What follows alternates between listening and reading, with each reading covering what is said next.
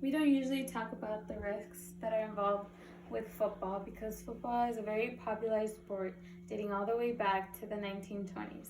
However, 3.5 million children from the ages of 14 and younger face severe injury every year because of football.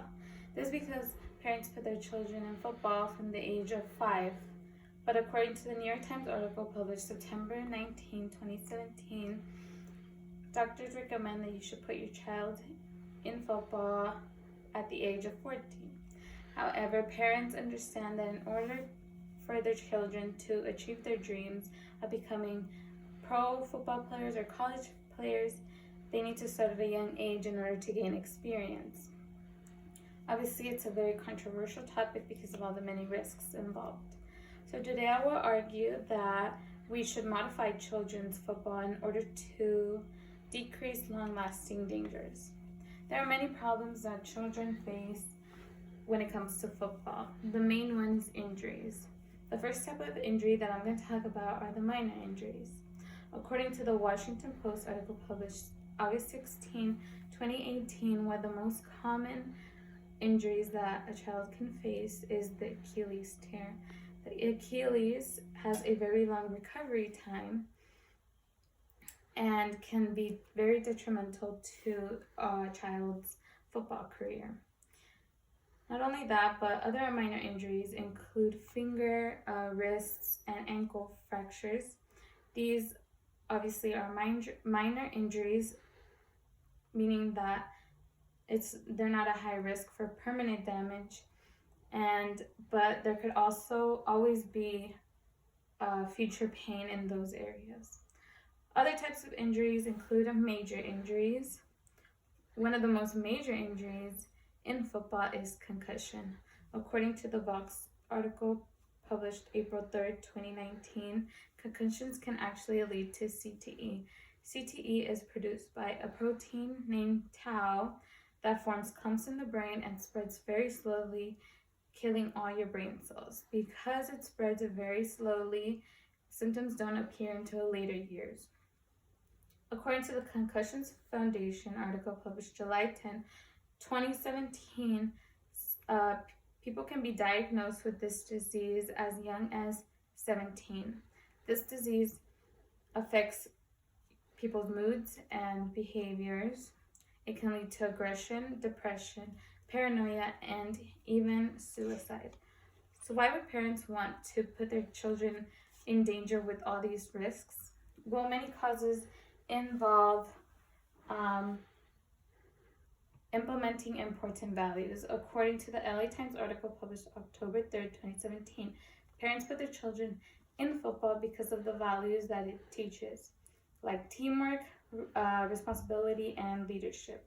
Football is a very team-oriented sport, and it teaches these children all these values that schools don't teach.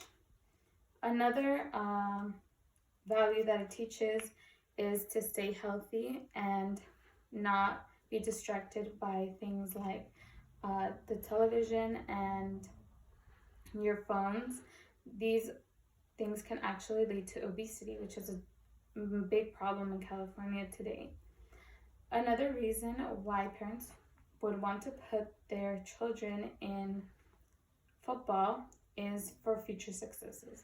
According to the Forbes article published September 25th, 2018, parents put their children in football at a young age to gain success.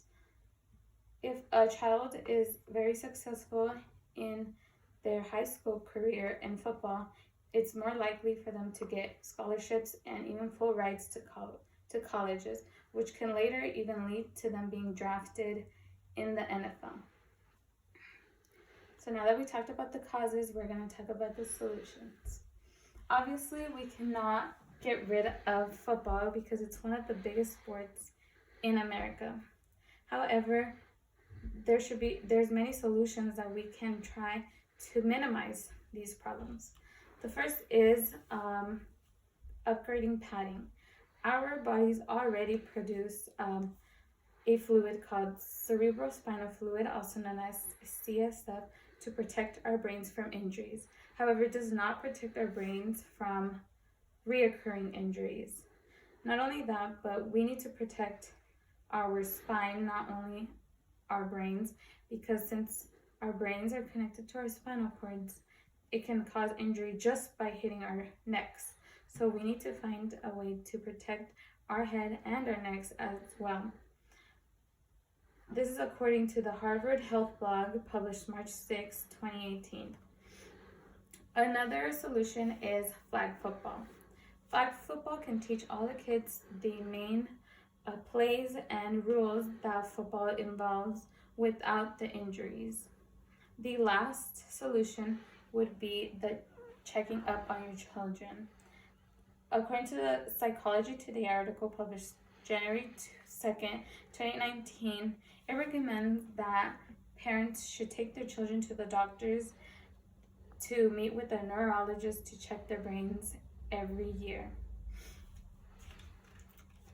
So in conclusion, we should modify children's football by implementing these solutions in order to prevent 3.5 million children every year from getting injured, and also from preventing them from getting these long-lasting injuries. Thank you.